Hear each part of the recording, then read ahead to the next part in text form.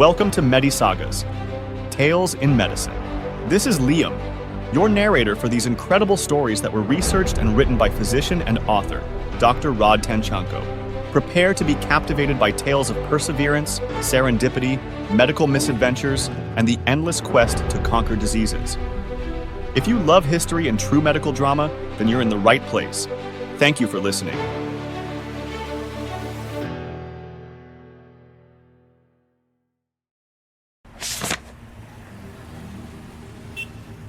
On an October day in 1958, 17-year-old Ake Elmqvist wondered why they were in a frantic rush to reach the Karolinska Hospital in Stockholm, Sweden. On the way to the hospital, his father, Dr. Rune Elmqvist, quickly stopped at his office to fetch a puck-sized plastic device. Håkan did not know what the small thing was, but the whole affair must have been urgent as his father weaved and sped through the Stockholm traffic. Elmqvist finally told his son that the strange object was a heart pacemaker. He explained what it was and that an identical device was implanted into a dying man just the day before. But the pacemaker failed when the surgeon accidentally fried the delicate electronics with a cauterizer. They were now trying to deliver the only existing spare. When they arrived at the hospital, they were met by a dapper cardiac surgeon, Dr. Ake Senning. Tall, trim, with a perennial tan and slicked back hair, Senning spoke with a calming charm, exuding the quiet confidence of an unflappable surgeon. He took the pacemaker and said that the operation would start shortly. Hours later, Arne Larsson, a 43-year-old entrepreneur who desperately needed Rune Elmqvist's pacemaker, was finally wheeled into the operating room. Elmqvist reminded Senning not to use the cauterizer this time.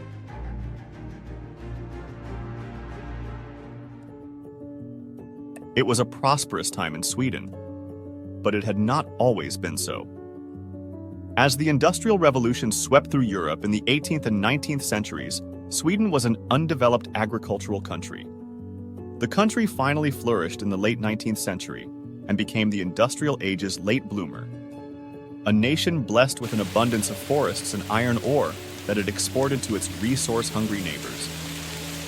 It had its share of inventors who dreamed up innovations like ball bearings, tabletop telephones, and domestic appliances. These and other products were part of thriving export industries, thrusting Sweden into its second great age by the 1920s. Its rich network of rivers and waterfalls provided the driving energy for cheap power, making Swedish products more competitive in the international market.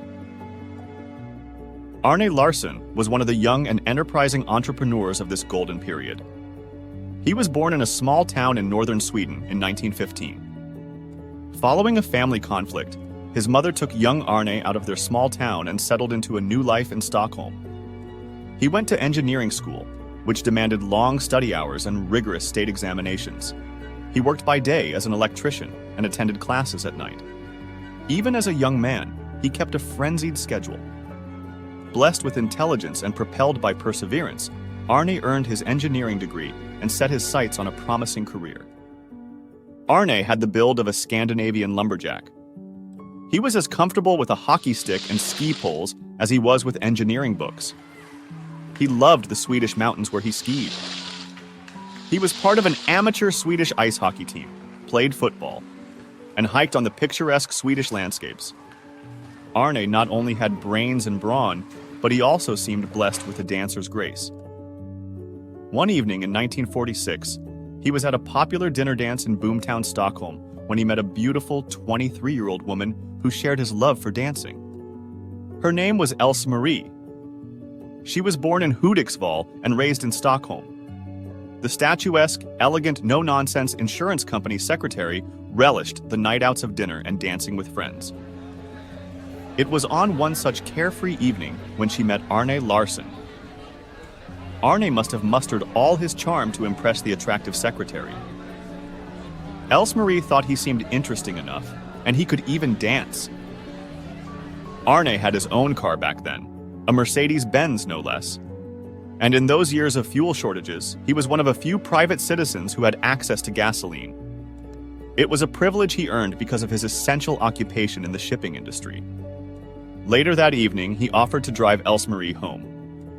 As he dropped her off at her home, Arne asked Else-Marie if she would like to go for another ride someday. Impressed with the confident bachelor, she said yes, and they never looked back. A year later, they married. By the mid-1940s, the young engineer was on his way to a bright career. Together with a friend, Arne started a company to service the growing shipping industry. The partners feverishly built Marine Montage, a service that installed and maintained electrical systems in ships. In the bull years of the post-war era, their expertise was in high demand. They expanded to ports in Gothenburg and Malmö. An active person all his life, Arne thrived in this hectic world. He was in the right industry at the right time, a hard-working, forward-looking, driven entrepreneur, and seemingly unstoppable. After they got married, Else-Marie resigned from her secretarial job. Their firstborn girl Malou was born in 1948. Baby Bjorn arrived in 1954. The Larssons were indeed charmed. They had 2 adorable kids, a growing business, and an active lifestyle. The family spent vacations in Swedish islets and the Danish island of Funen. They basked in the Swedish summers and skied in the winters. Arne proved to be an astute business owner as Marine Montage prospered. He had a grueling travel schedule that included visiting the growing number of international harbors where his company operated. Within Sweden, he often traveled to the second largest city in the nation, Gothenburg.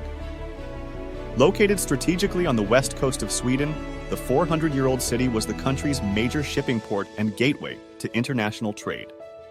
The brisk Swedish industrial awakening in the late 19th century spurred a population growth and cultural evolution, creating a hub for the arts and fine dining. The city housed the famous Fiskekårka, a fishmonger's hall that looked more like a church than a market.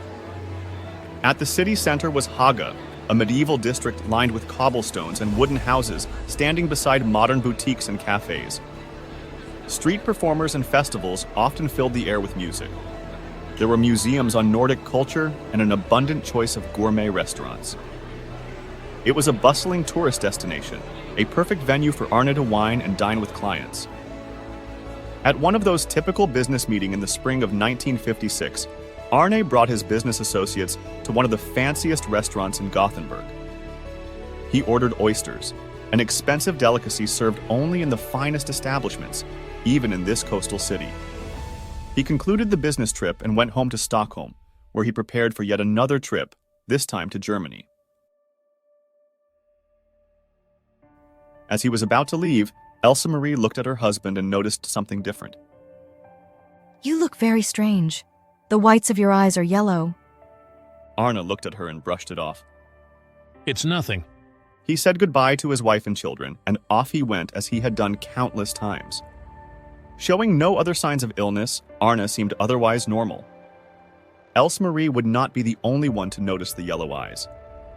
When Arne arrived in Germany, his associates saw them too and advised him to go home. He cut the trip short and rushed back to Stockholm to see his doctor.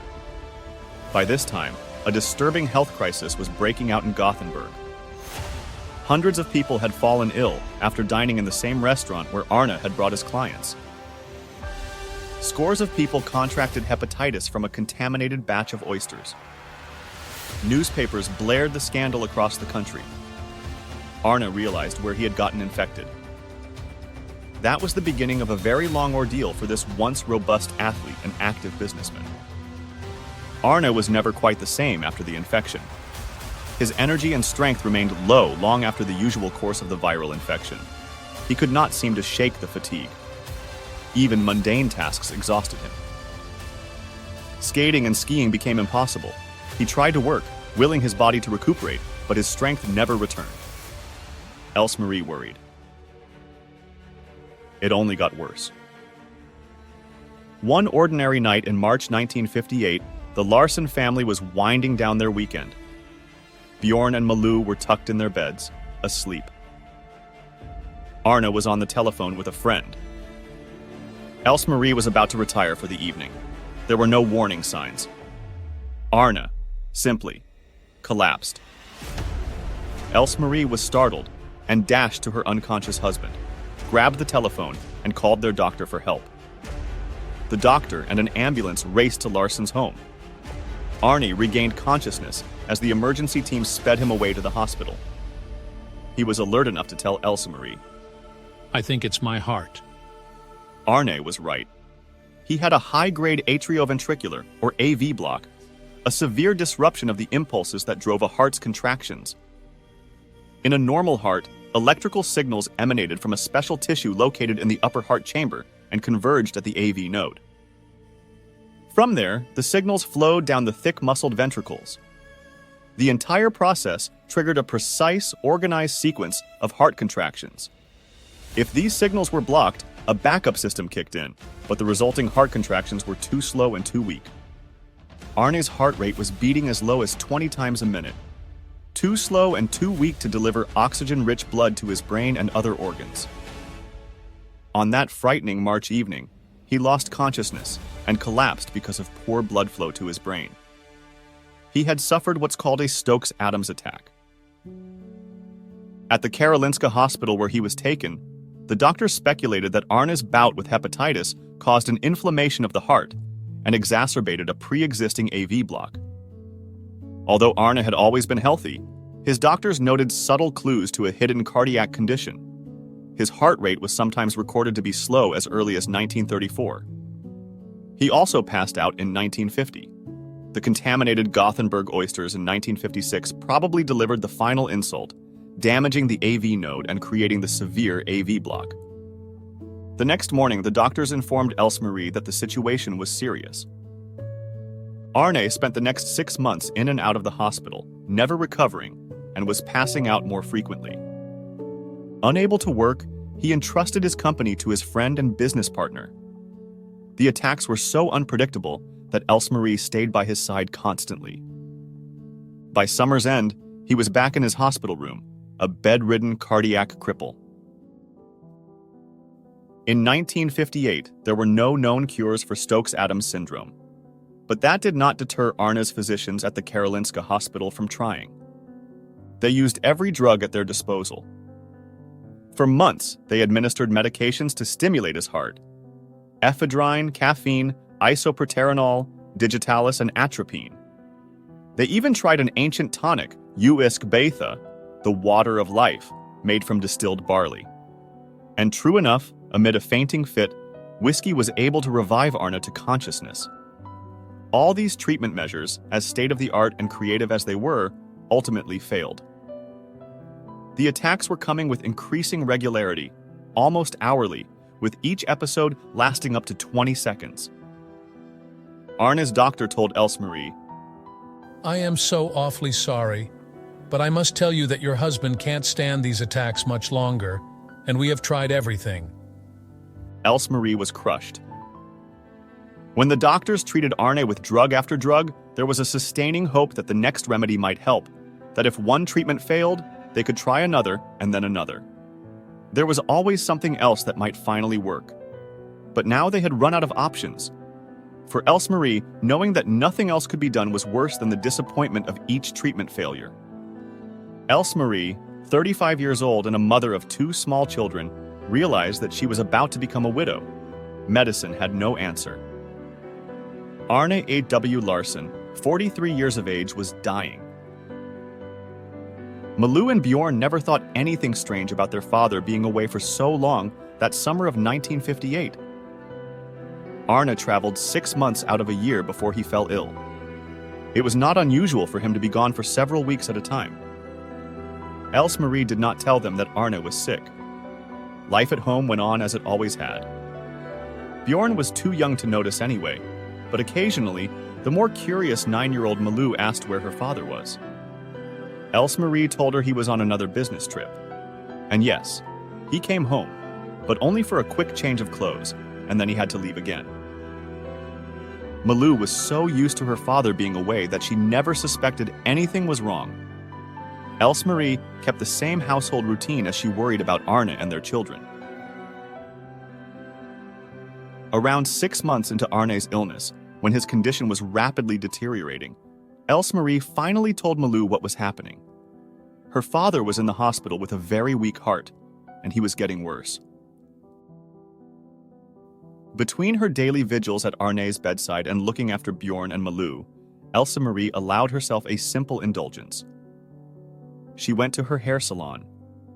In the parlor were all sorts of reading materials, and on that occasion, Elsa Marie picked up an American magazine. It could have contained articles about the Cold War, nuclear testing in the Bikini Islands, rising tensions with Russia, maybe a story about Elvis Presley being drafted into the army. She flipped through the pages and stopped at a page with an incredible photograph. It was a picture of a doctor carrying a baby hooked to a machine. The baby had just undergone heart surgery. Behind the doctor, a nurse was pushing a trolley that supported the huge machine. The hospital was somewhere in Minnesota. She read that the device supplied electricity to the infant's heart, helping it beat normally. Elsa Marie did not realize this was possible. The revelation was hope itself, blooming before her. This was the solution that would save Arne's life. It was destiny, she thought. At that moment, she knew what she had to do. She must bring Arne to Minnesota. We'll come back to Elsa Marie and Arne. For now, let's step back to 1927 in Dalahusby, where a young man named Ake Senning lived. He was in his bedroom, immersed in homework, when he noticed the table lamp buzzing and his radio making a strange noise. The sound became louder every time he touched the metal lamp. Intrigued, the schoolboy grabbed the lamp's ground wire with his other hand. 220 volts of electricity zipped through his body, jolting him backwards as the iron lamp crashed to the floor. Ake felt as if his heart had stopped. This was his first encounter with a heart arrhythmia, and he would never forget it. Ake Senning was the first of 5 children for John Eric Senning, the town veterinarian, and Ellie Matilda, a nurse. John Eric, when not tending to animals, indulged his passion for motorcycles. Senning shared his father's hobby and often joined him on trips to motorcycle races. When he later expressed a desire to become an engineer, it came to no one's surprise. Senning's mother, however, wished that her son would become a physician instead. Young Senning's plans for a career in technology, however, ended even before it started. In the year he was supposed to enter the technical school, he cruised across Europe on his motorbike and forgot to send in his application. By the time he returned, he had already missed the deadline. The medical school, on the other hand, was still accepting candidates. Senning's mother got her wish after all.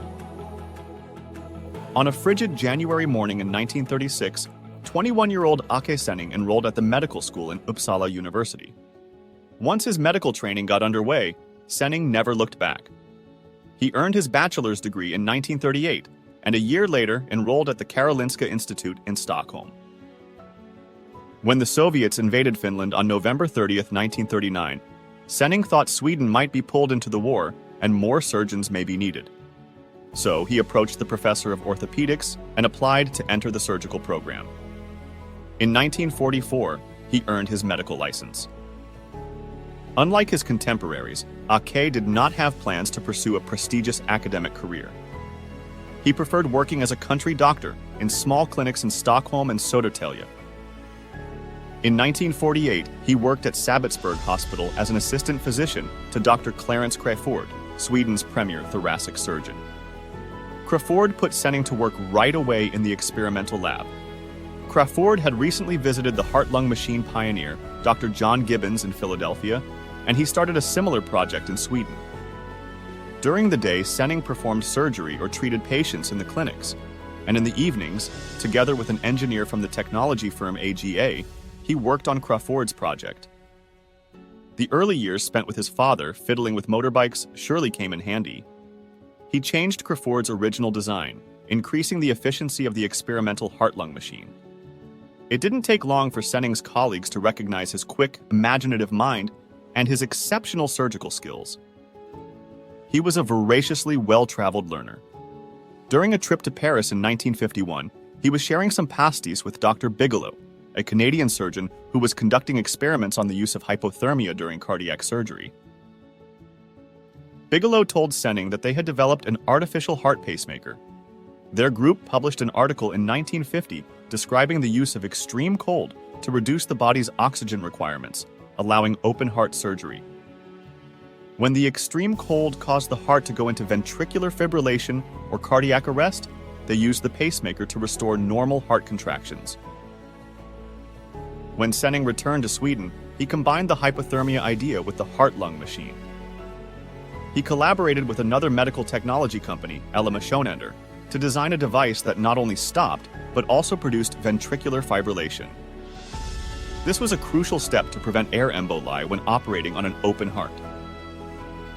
Using ventricular fibrillation in cardiac surgery became the topic of his doctoral dissertation. He later considered this innovation his most important contribution to surgery.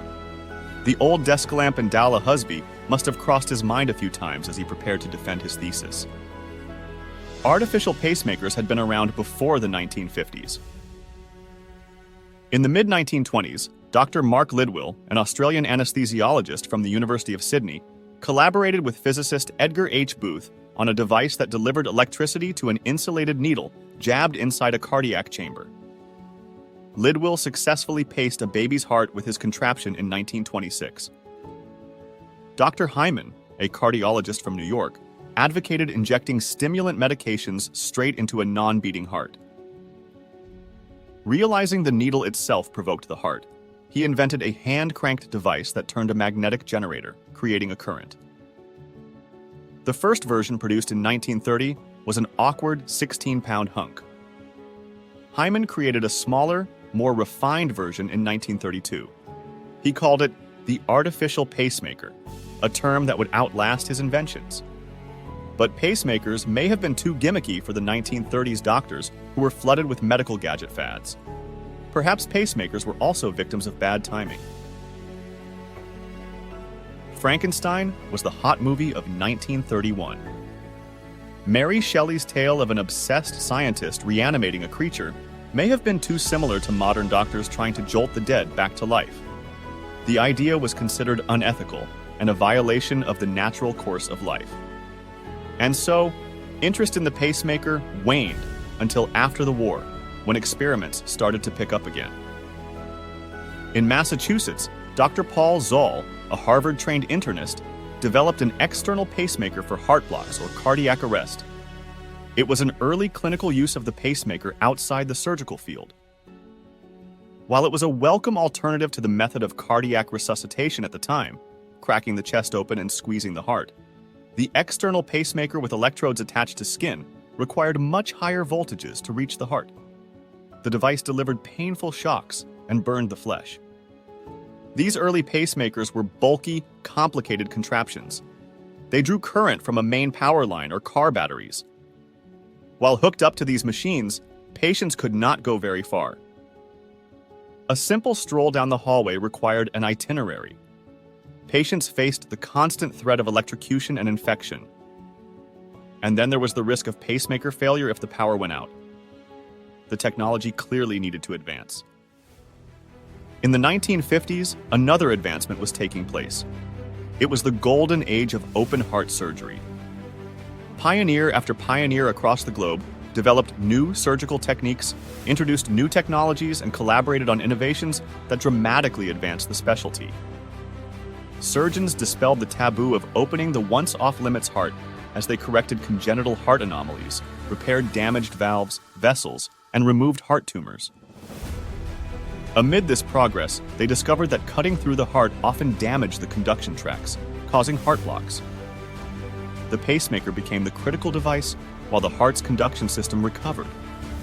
In 1957, Senning traveled to Minnesota and watched Dr. Walt Lillehei, America's famed father of open heart surgery, operate on a child with a congenital heart defect. It was one of those surgeries that inevitably produced a complete AV block. Lillehei sutured stainless steel electrodes directly to the ventricle. He then connected the wires to an external pacemaker. The plan was to keep the child on the pacemaker until the heart healed and resumed its normal conduction. Lillehei knew the limitations of pacemakers well. In what would be known as Black Thursday, Minneapolis suffered a 2-hour blackout on Halloween 1957.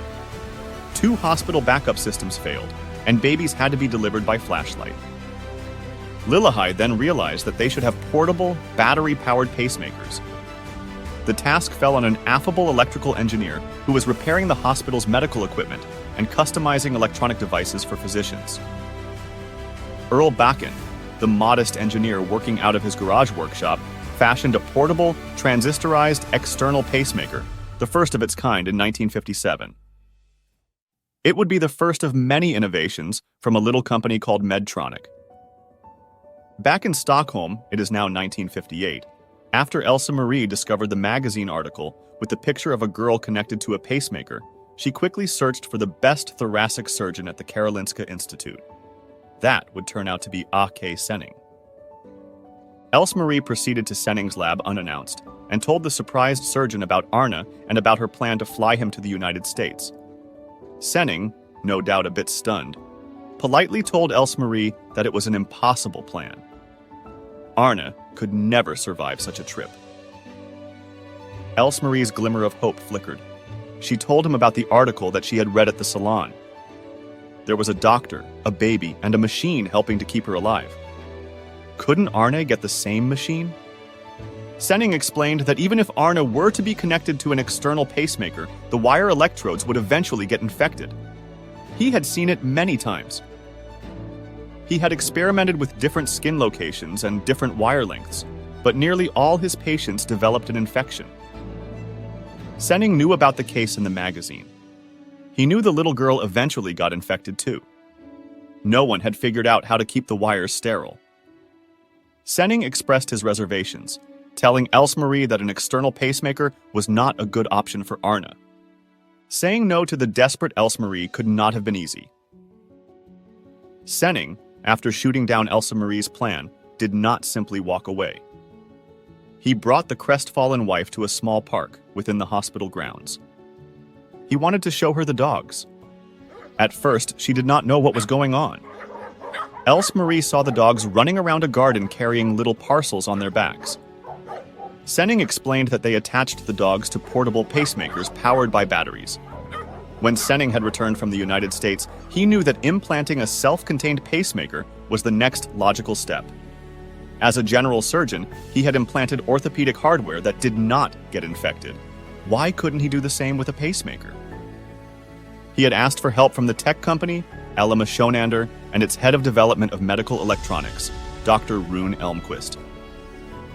Their research was in its early stages, and they were still finding it impossible to keep the wires clean. Senning repeated his frustration with the unsolved infection issue. Elsa Marie watched the dogs in the yard, scurrying around with their little backpacks. The technology was in Sweden, right there in Stockholm, at the very same hospital where Arne lay dying. She asked Senning if they could do this for Arne. Senning told her they had not completed the research. They didn't have a prototype for humans. So make one. Senning paused for a moment. That is the idea, but that will take a long time before we could do it. We don't have that time. My husband will die. You must do it now.